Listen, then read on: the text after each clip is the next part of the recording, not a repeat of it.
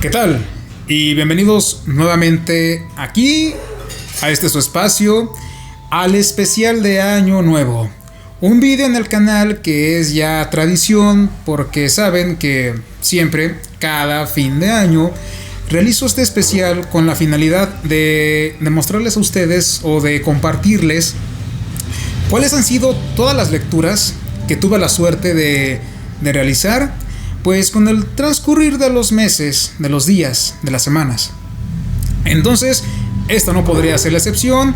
Y bueno, también ya saben que siempre en este especial, por alguna razón, en este vídeo en concreto, siempre utilizo la música de Mayula de Dark Souls 2 de fondo. De hecho, la mayoría de los vídeos que hago de este estilo tienen música de la saga Souls. La de los book hauls y la de los unboxings es la de Soul of Mist de Demon Souls. Les paso el dato por si tenían curiosidad. Pero bueno, me estoy yendo por otro lado. En esta ocasión voy a mencionarles todos los libros que me leí en este año, que si bien no fueron tantos como me hubieran gustado por cuestiones muy personales, terminé la lista de hecho en septiembre. Sí está algo pronunciado, sí está bastante extensa, repito, hubiera estado más, pero bueno, es lo que hay. Hago este video también para el día de hoy porque, tenía ganas de estrenar el micrófono y aparte quise adelantarlo, ya que en esta ocasión de la festividad de Año Nuevo cae en domingo. Entonces eso ocasiona que los preparativos de las convivencias y todo lo que ello conlleva sea más apresurado. Y con eso de que el día se está acabando muy rápido, oscurece de manera más abrupta. No quisiera que me consumiera por ahí el tiempo, el día, y que me faltara más que nada, ¿verdad?, para poder traer esto. Entonces vamos a comentarlo. A la mayoría de los libros que voy a mencionar ya tienen su reseña en el canal, pero igual los voy a comentar brevemente para que ustedes se den una idea y ya si quieren saber más a profundidad de qué va o mi comentario más extenso, pues pueden ver las reseñas, ¿sí?, de cada uno de estos títulos. Y arrancamos con el primero, como no podría ser de otra forma. El 9 de enero yo terminé de leer El Valle Perdido.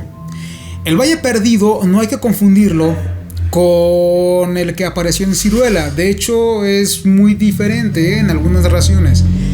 Este Valle Perdido por parte de Perla Ediciones, como no podría ser de otra manera, es un compilado de algunos relatos de Blackwood, que si bien es el libro de Blackwood con las historias más largas con las que me he topado, también contiene algunas de mis favoritas, como el de la transformación de Lord Ernie, que me gustó muchísimo, tan solo por el tema que toca, pero por el estilo tan cargado de Blackwood,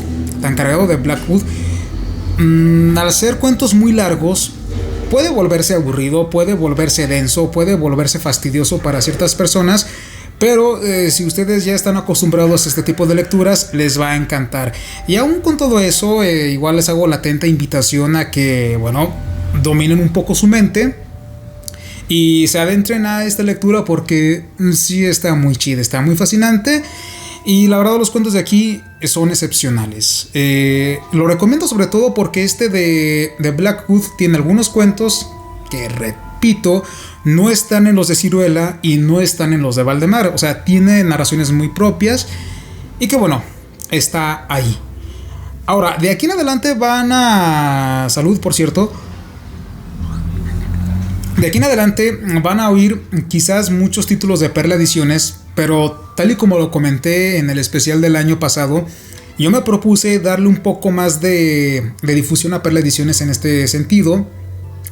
Tan solo pues porque es de las editoriales mexicanas que se toman más en serio la difusión esto del terror, de lo fantástico, etcétera. Entonces quise apoyarlas en este contexto, y eso me llevó a terminar de leer el 29 de enero La Espada de Willeran.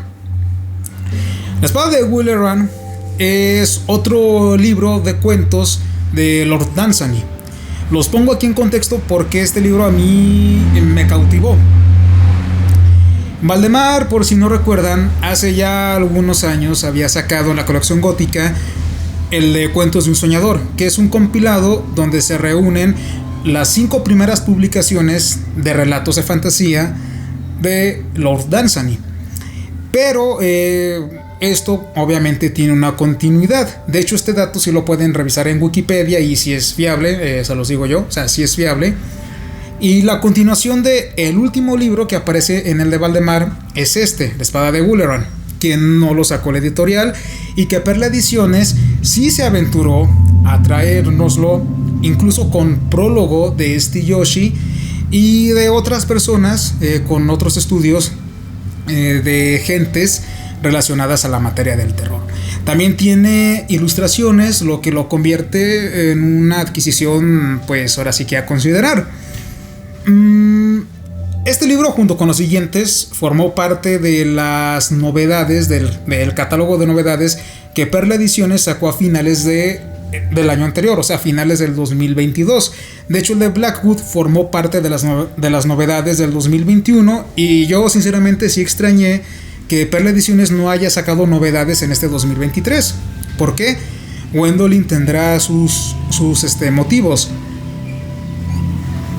Pero el hecho es que La Espada de Gulleran no me dejó indiferente, me gustó mucho. Había leído cuentos de este libro sueltos en unas ediciones de Ciruela del Ojo Sin Párpado, pero no eran todos. Entonces yo tenía curiosidad de saber cuáles eran las demás y aquí ya estaban.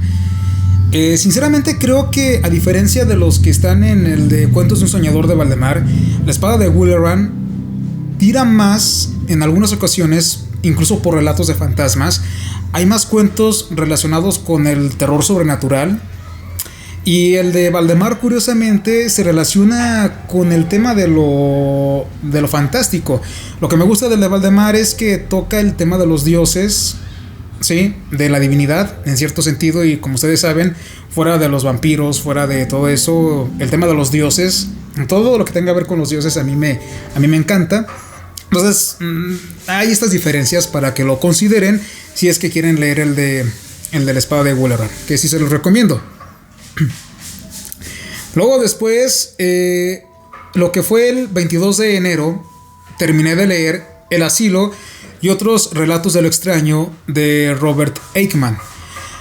A Robert Aickman yo le tenía una curiosidad muy, muy atenuada, porque Alejandro, nuestro amigo del canal del sur, en su vídeo de Terror Exquisito, lo había puesto a la par con Ligotti, o sea, que era un terror contemporáneo, muy refinado, muy bueno, y la verdad es que no cabría para más. Sinceramente, Robert Aickman sí hace gala de todo ello.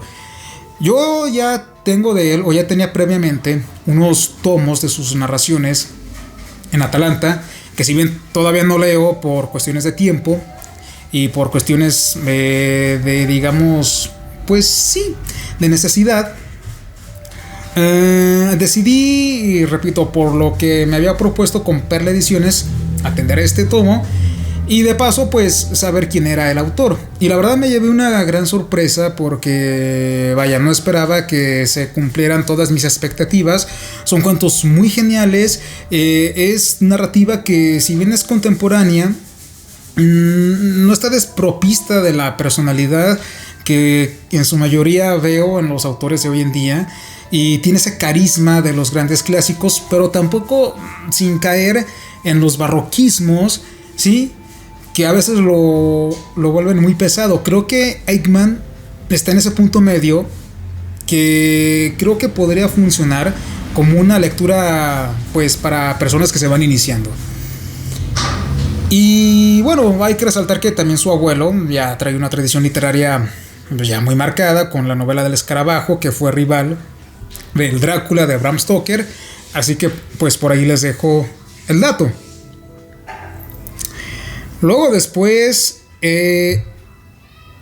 repito, de Robert Aickman lo terminé de leer el 22 de enero. O sea que por ahí para que vieran que ya tenía algunas cuestiones un poquito marcadas sobre las dificultades de mi año actual. Y del 22 de enero me pasé al 23 de marzo. Fíjense cuánto tiempo pasó.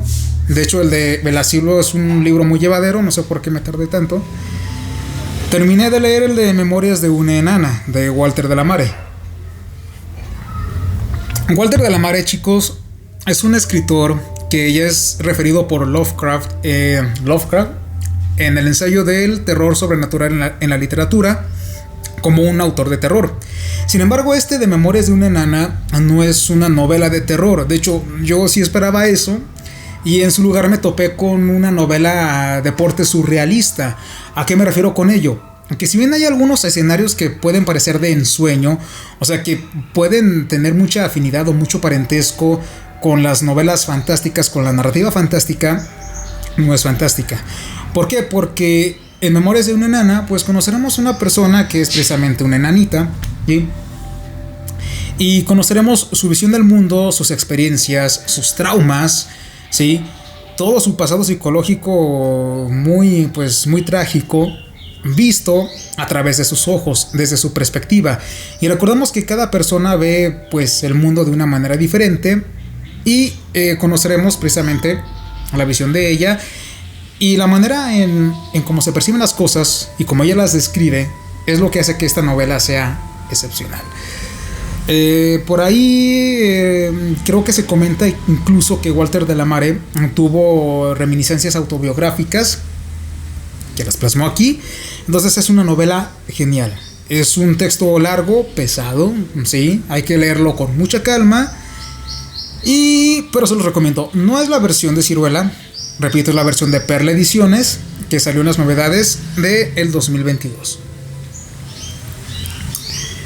Luego después, el 3 de abril, terminé de leer el de la Mujer Lobo. El de la Mujer Lobo. Es que me da risa porque siempre me acuerdo de ese capítulo de Johnny Bravo donde salía con una mujer lobo. Entonces, siempre me acuerdo y me da mucha gracia.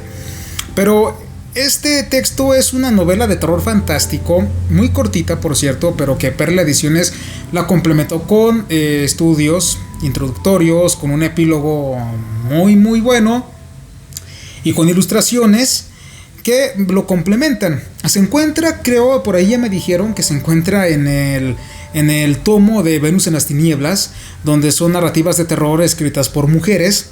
Entonces pues tiene por ahí bastante coherencia. Pero creo que leer La Mujer Lobo por sí sola en esta edición de Perla Ediciones, y no estoy siendo parero con Perla Ediciones, pero es mi manera de verlo, es un gran añadido, repito, por los epílogos, por las introducciones y por las ilustraciones. Es un texto que, si bien tiene incluso una carga religiosa marcada, una moral religiosa en su trasfondo, cristiana por cierto, recordemos que es por el tiempo en el que fue escrito, y recordemos que pues también las mujeres en ese entonces, las autoras, como lo comentaba en el vídeo de la semana anterior, pues tenían una visión del mundo también distinta por su entorno social.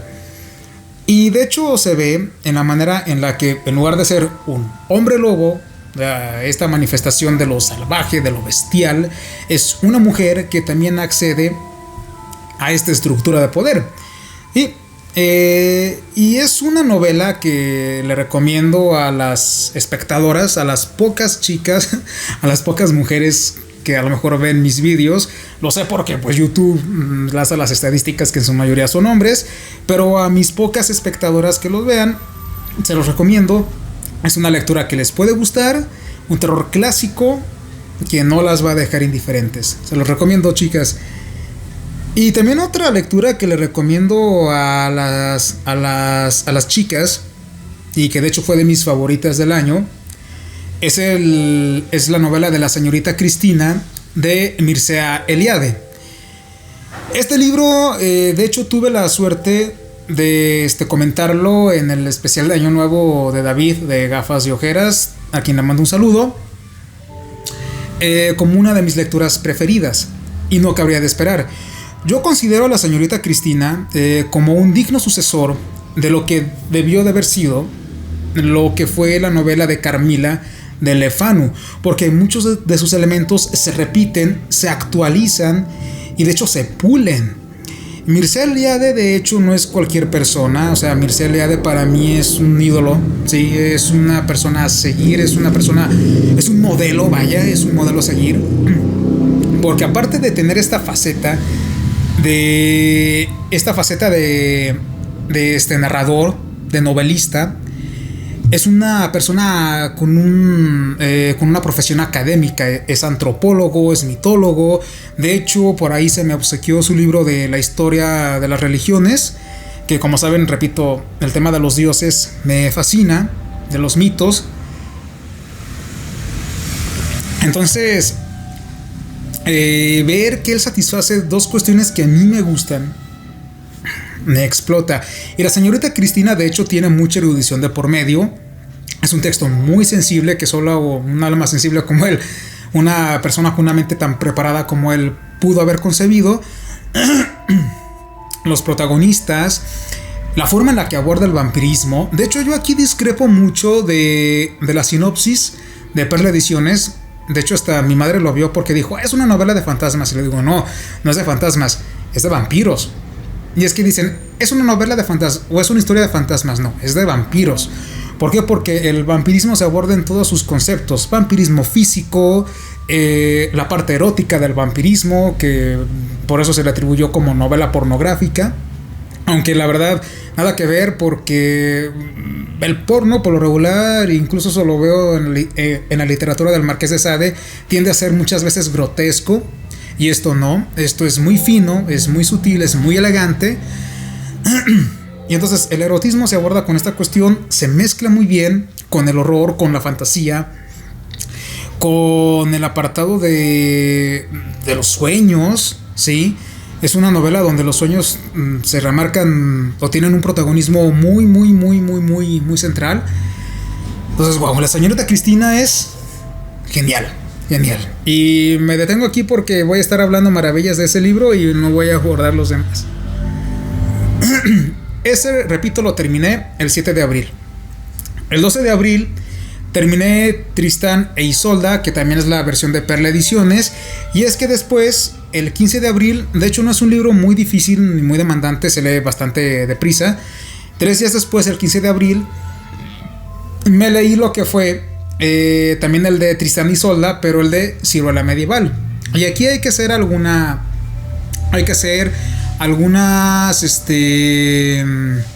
referencias. El de Perla Ediciones es una reinterpretación nueva, o sea, es una nueva versión reciente basada en el Tristán e Isolda de los manuscritos medievales franceses, porque hay dos vertientes: la medieval francesa y la medieval alemana o germánica, que ya hice esa distinción en la reseña. Y es una lectura que, si bien tampoco es a fantasía, sí tiene varios elementos. ¿Por qué? Porque se habla que de la astrología, que hay una lucha con un dragón de por medio, que la adivinación, que la hechicería, que esto y que aquello. Y sobre todo pues el pasaje medieval, los ambientes medievales, que siempre tienen algo de misticismo mágico. Entonces yo tengo algunos tomos de Ciruela Medieval. Entre ellos tenía los manuscritos germánicos medievales. Los franceses aún no los he podido conseguir. E hice esta lectura a manera de espejeo, de comparación, y ver en qué difería el uno y el otro. Entonces, a diferencia del de Perla Ediciones, que tira mucho por el romance, que tira mucho por lo de un amor trágico, casi a niveles de Romeo y Julieta o El Callejón del Beso, las germánicas trata más sobre el empoderamiento del hombre, las construcciones políticas, y como todo ello es como una historia de caballería más de la vieja usanza, ¿sí? O sea, no tanto de estas cuestiones de enamorados. Aún así es un texto que a mí me encantó. Las dos versiones, tanto el de Perla Ediciones como el de Ciruela. Y se los recomiendo. Se los recomiendo si quieren salirse un poco de la línea de lo fantástico. Y hasta aquí terminaron las novedades de Perla Ediciones que había sacado en el 2022, en diciembre del 2022. Después, el 7 de mayo me leí uno de mis libros preferidos, que fue El lector decadente. El lector decadente tiene su reseña aquí en el canal y me entristece un poco, porque de hecho casi la subí a la par con la del Rey de Amarillo. Me entristece un poco que, pues, que no la hayan visto o que no hayan no se hayan metido tanto como con el del Rey de Amarillo, que es de Valdemar Gótica, porque digo, ching, o sea, como que la audiencia quiere más libros de Valdemar, cuando hay otras editoriales como Perla Ediciones, como Atalanta, que esta de Lector Decadente es de Atalanta, que saca muy buenos libros que pueden estar al nivel de los de Valdemar Gótica o incluso hasta mejores. Y es que el Lector Decadente no le pide nada a ningún Valdemar Gótica, e incluso creo que la edición es superior, el trabajo editorial es superior en muchos sentidos.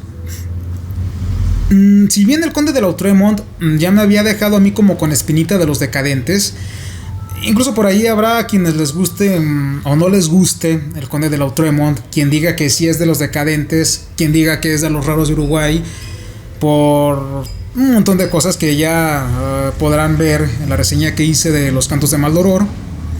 No podrá negar que Lautréamont sí es el punto de partida para este mundo de los decadentes. Entonces, este tomo de Atalanta lo que hace es que nos abre el panorama y ve que el decadentismo, al menos en la cuestión de la literatura, nos habla sobre aquellos que participaron en Francia, o los que llevaron la corriente en Francia y los que llevaron la corriente en Inglaterra. Los de Francia, pues ahora sí que tienen lo suyo, ¿sí? Una corriente artística que intentaba resaltar en demasía los problemas sociales de su época, una época, pues como lo dice, bastante decadente. Pero la que me causa mucha más atención es la de Inglaterra, por todo lo que representa. E incluso ver ahí a nombres como los de Aleister Crowley, este ocultista, este mago, o sea, la bestia, el hombre más perverso de la humanidad, sí, el hombre más perverso de la humanidad. Como también forma parte de esta línea, da mucho en qué pensar. Pero lo que más me gustó de este libro, que a lo mejor no lo dije en la reseña o que a lo mejor lo toqué por encima, es la obra de teatro de Salomé de Oscar Wilde, que para aquellos que no lo sepan o todavía no lo tengan por ahí definido, Salomé es la reinterpretación que Oscar Wilde da de la historia de Juan el Bautista y cómo muere a manos de Herodes, un pasaje bíblico de los evangelios, que de momento estoy precisamente en mi lectura actual es la Biblia, que acabo de terminar Mateo y Marcos. De hecho, en los dos se refiere, aunque la versión de Marcos se me hace un poco más cruda, pero creo que la de la versión artística de Oscar Wilde va más allá, porque la brutalidad que apenas se toca en el texto sagrado, Oscar Wilde ve la brutalidad humana, que veo que es la esencia del lector decadente, y la pone al descubierto con esto precisamente de la novela de Salomé. Y es un texto que la verdad recomiendo y que me agradó mucho haber leído. He hecho algo curioso. De las 3 versiones de Salomé que he leído, tanto de la de Marcos como la de Mateo y la de Oscar Wilde, que repito, la de Oscar Wilde es más en otro contexto, no sé, chicos, siempre se me viene a la mente que el espíritu que estuvo detrás de toda esta maquinación fue Jezebel. No sé, siempre se me viene a la mente esto. Pero bueno, quizás ya son desvaríos míos. Pero siempre que veo la historia de Juan el Bautista en estos contextos, se me viene a la mente esta entidad.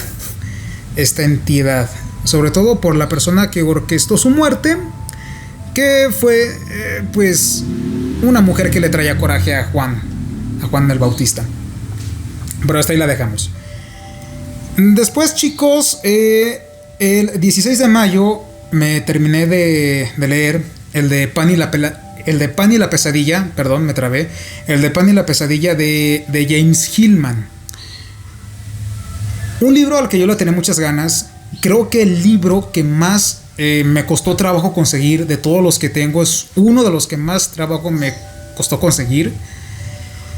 Y es que yo le tenía muchas ganas porque, repito, el tema de la divinidad, el tema de los dioses, a mí me encanta. Entonces yo quería saber más sobre el dios Pan. Y debía de conocerlo por medio de este ensayo, que si bien igual siento que algunas cosas o algunas partes del conocimiento no me quedaron muy satisfechas, bueno, sí obtuve información. Y el ver el cómo Pan es representado, el ver cómo la psique humana tiene parte de los rasgos de Pan, el ver cómo Pan no solamente es el dios de la naturaleza o de los pastores, sino que también es el dios del pánico, o sea, del miedo más brutal, más animalesco, que está contenido dentro de nuestro ser humano, cómo es el dios de las pesadillas, cómo es el dios del conocimiento oculto. O sea, no por nada la figura de Baphomet eso representa, o el sello de Valdemar que sea una cabra, o que el sello de Gredos también sea una cabra, que la cabra es conocimiento. Entonces, el que pase todo esto y que se retrate aquí y haberlo descubierto, sin duda muy interesante, y fue una de mis lecturas que, si bien preferidas, que si bien no fue una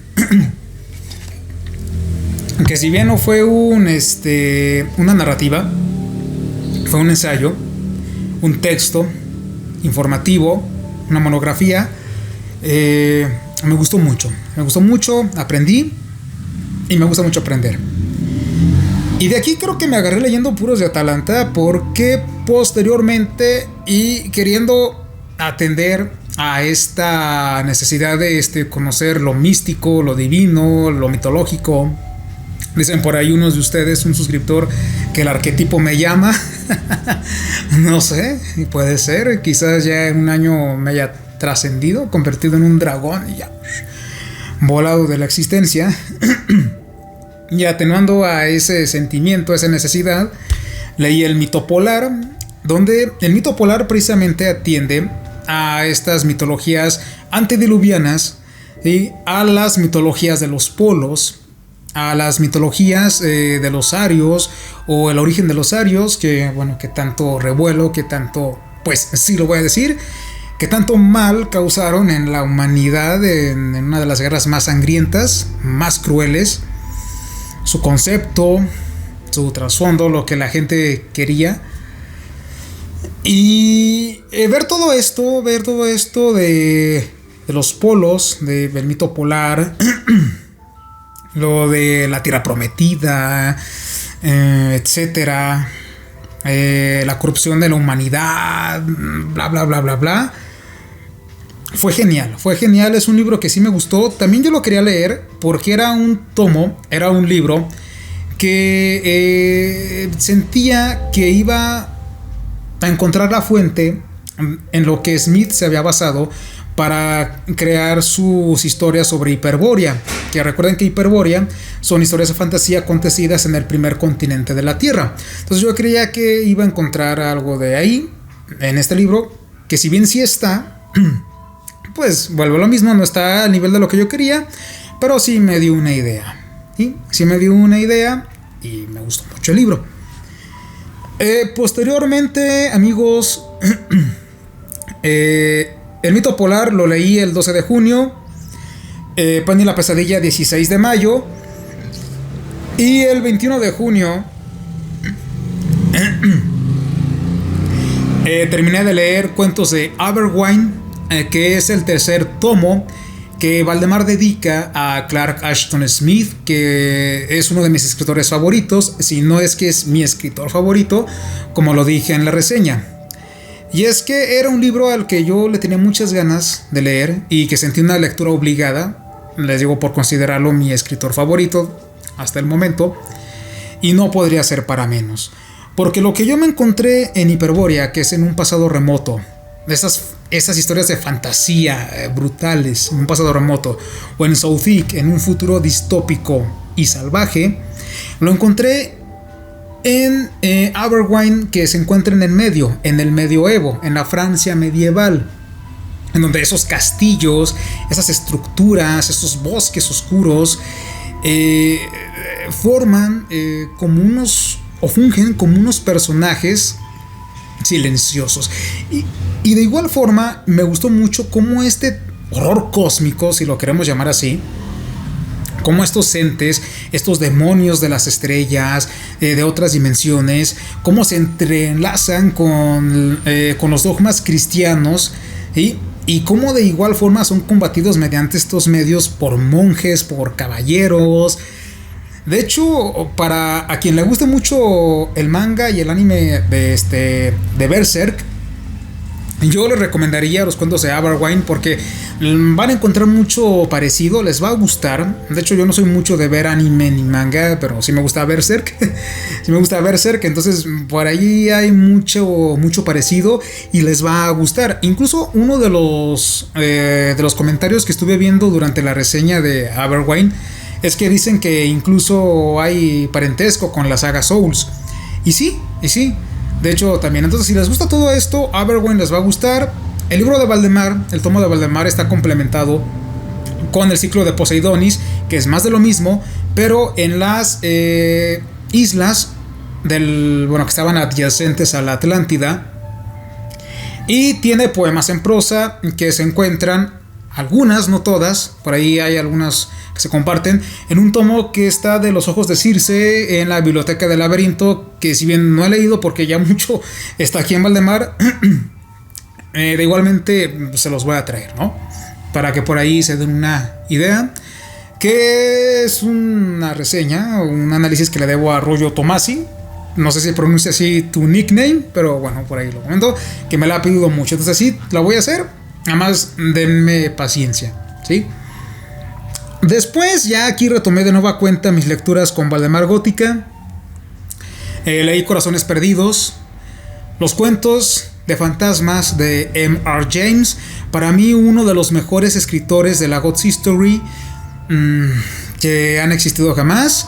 De hecho, yo a M.R. James lo tengo como un modelo a seguir, casi de la talla de Mircea Eliade, porque es un erudito y es un maestro de la narrativa. ¿Sí? Es un erudito, es un maestro de la narrativa, su estilo es impecable, o sea, son cuentos geniales. Un tomo muy grueso, el de Corazones Perdidos lo terminé de leer el 4 de julio. Y vamos, ¿no? O sea, no puedo decir nada más. Bueno, lo que dije está en la reseña, pero son cuentos excepcionales de fantasmas muy buenos, la verdad.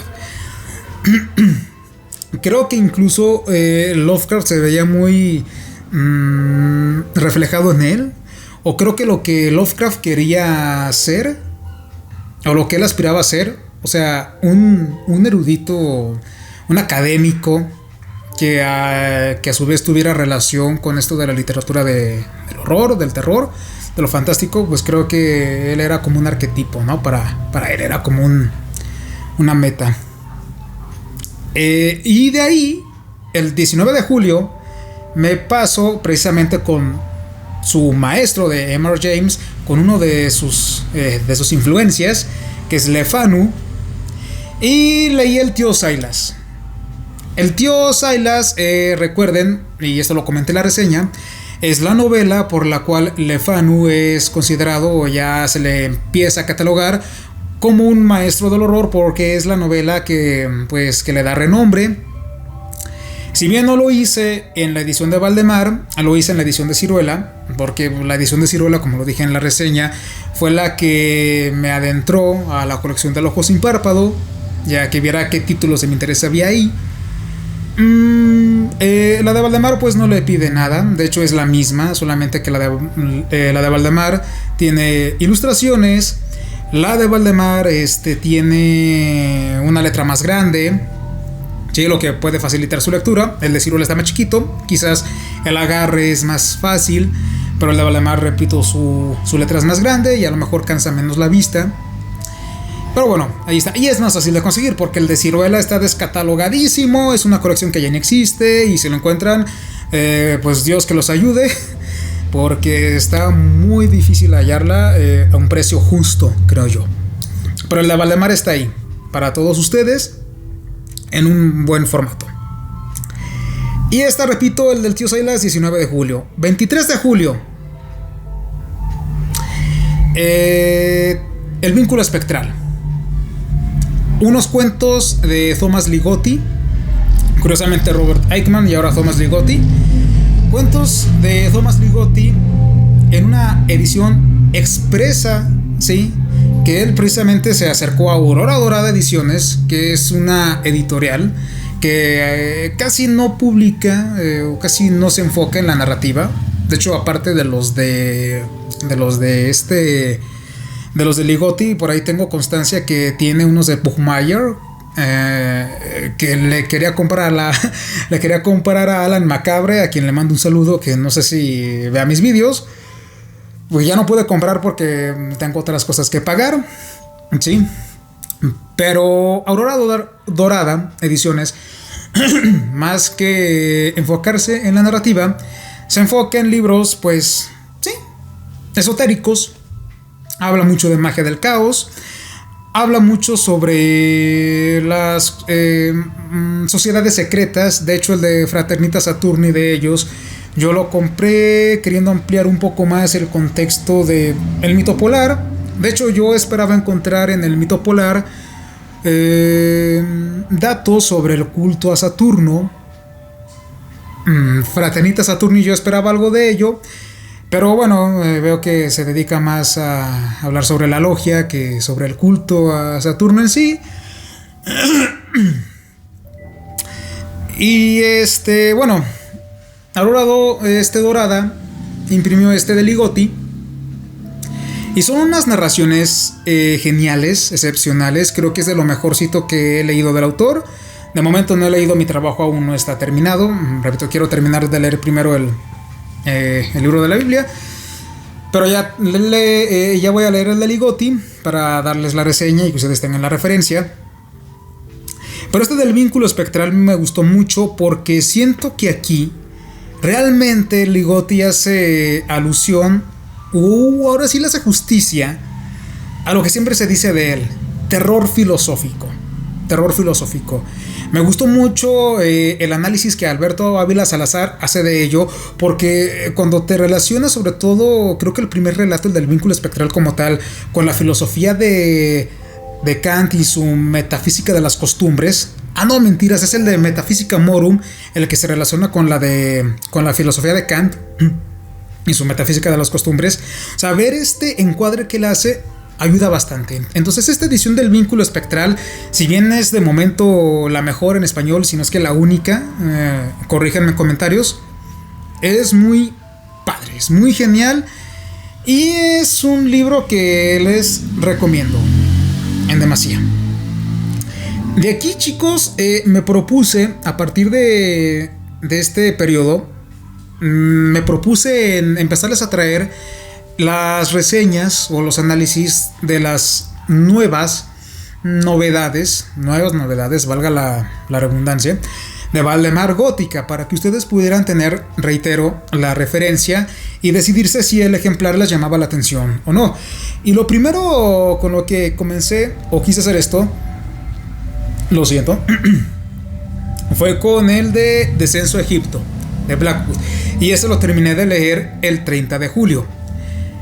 Si bien el de Blackwood, el de Perla Ediciones, ya me había dejado un poco, voy a ser honesto, ya me había dejado un poco hastiado,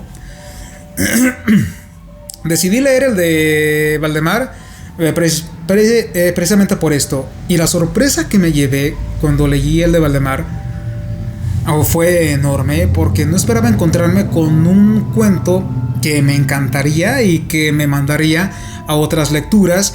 Y siento que esos son las verdaderas narrativas, la verdadera literatura, aquella que te manda a otras, sea del estilo, sea del género que sea. Y es que aquí con el de las alas de Horus, repito, todo lo que tenga que ver con los dioses me encanta. Me mandó a leer el de Rudolf Otto o a ver un poco de lo que había en su libro, que es el de lo santo, lo irracional y lo irracional en la idea de Dios. O sea, me mandó a ese estudio teológico para comprender un poco la evolución del personaje o querer comprenderla. E incluso revisar hasta el del Pseudonomicon de Philip Heim, que está en Aurora Dorada Ediciones también, que es un ensayo precisamente de, pues sí, de esoterismo, misticismo. Y fue un libro que no esperaba nada, no quería leer a Blackwood, y vaya, me gustó. Y pues qué decir, chicos, o sea, genial. A diferencia de la Perla Ediciones, este está más cortito. Tiene una narración que ahí comparte, que es el de los malditos o los condenados. Cambia por ahí los nombres en ambas ediciones. Pero además es un libro más cortito que igual pueden revisar. Luego el 3 de agosto, del 30 de julio, me paso al 3 de agosto, termino Cabal, que fue otra de las novedades que se incorporaron a la gótica. Y si bien los libros de sangre me habían dejado indiferente, Cabal reavivó mi gusto por la obra, tanto literaria y audiovisual, de Clive Barker. Y de hecho intenté ser un defensor, porque pues por ahí yo empecé a ver comentarios de que es que Cabal no debería de estar en la gótica porque pues no comparte los elementos, los rasgos, pero ya una vez que lo lees y lo comparas con otros títulos previos, pues sí tiene alguna afinidad, algunas características que son similares. Y Cabal pues me gustó mucho. Es una nueva traducción, distinta a la de la Factoría de Ideas. Es una nueva traducción, tiene ilustraciones del autor ahí. Y sí, se lo recomiendo. No he visto la película, no he visto el filme. De hecho, chicos, dato bastante personal, casi no me gusta ver televisión. No soy ese que lee y que digo, es que no me gusta ver tele. No, o sea, a veces me aburre ver películas, me fastidia, no es lo mío.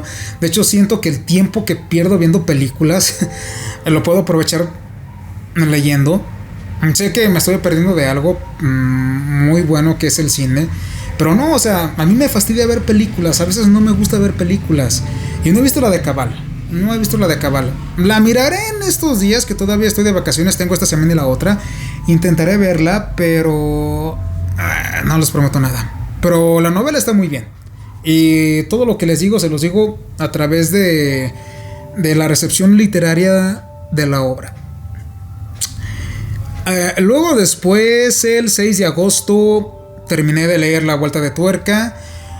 Un libro que fue más controversial que el anterior, por todo el trabajo editorial que hubo detrás. En fin, de eso ya hablamos bastante.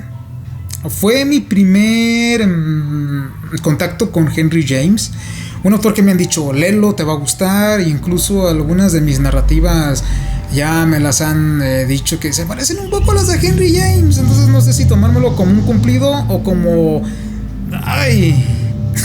No es malo Henry James, sí me gustó, pero no es de mis favoritos. De hecho, si tuviera que comparar a los dos James, a Henry James y a M.R. James, me quedo con M.R. James.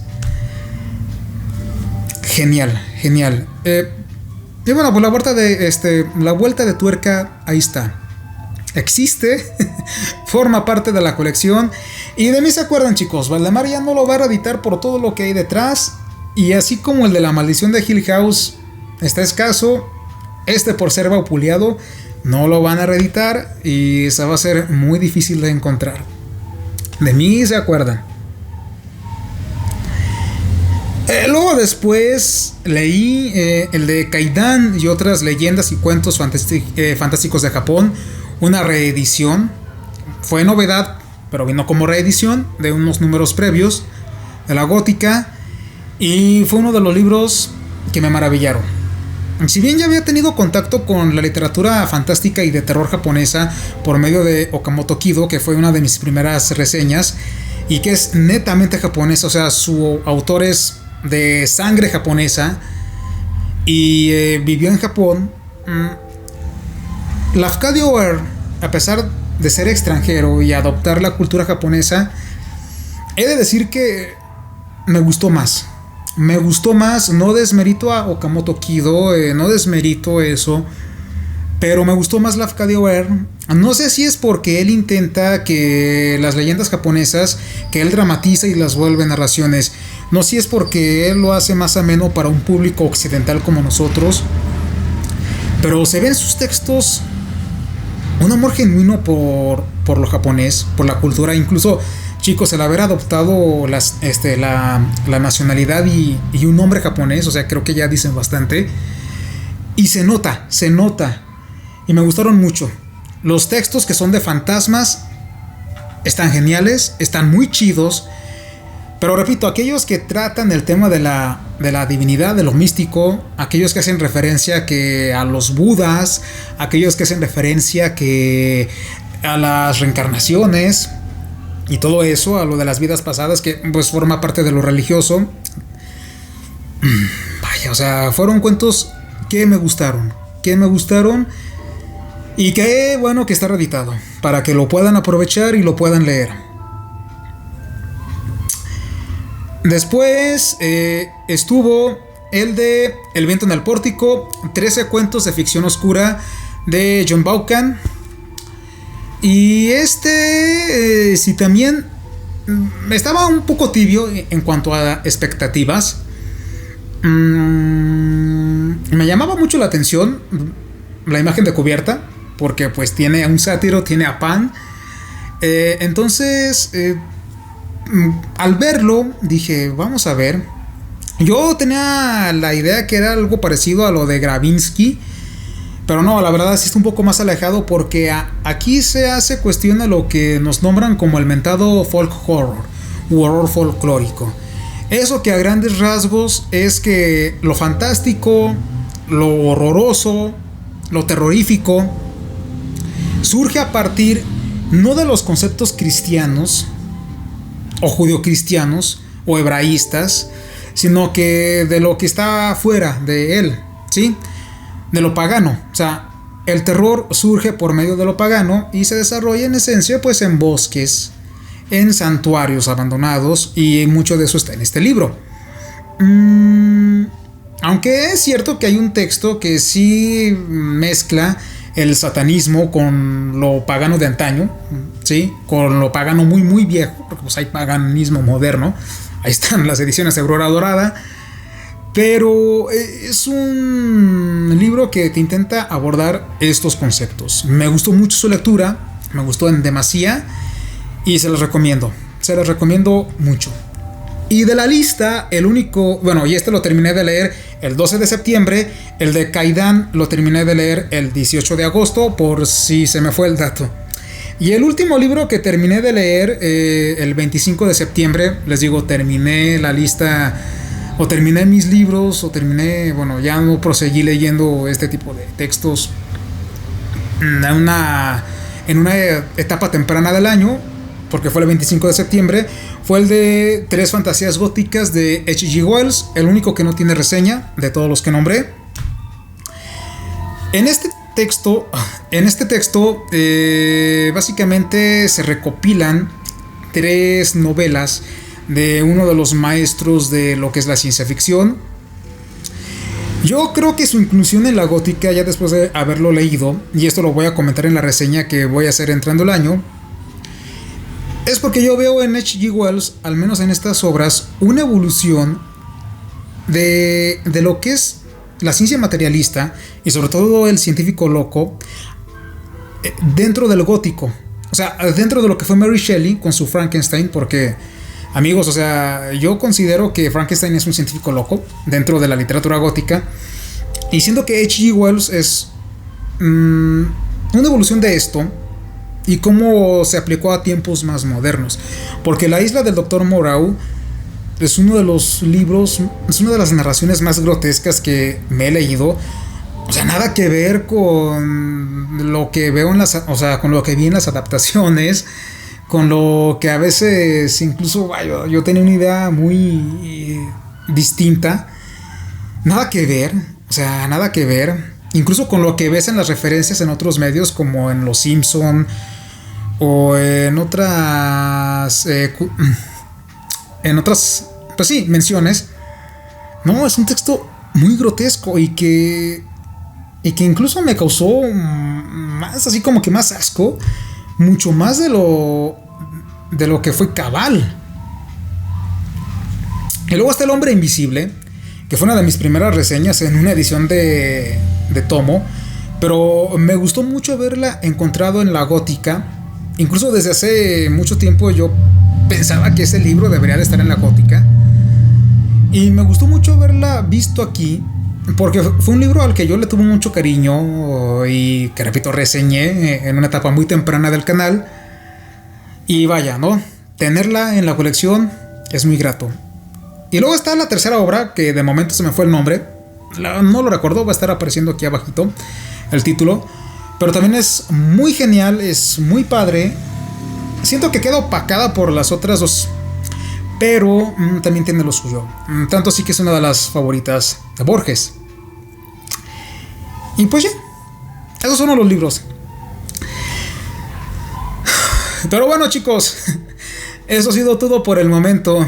Ha sido un placer el haber estado aquí con ustedes. Nos vemos y hasta la próxima. Gracias y lean mucho.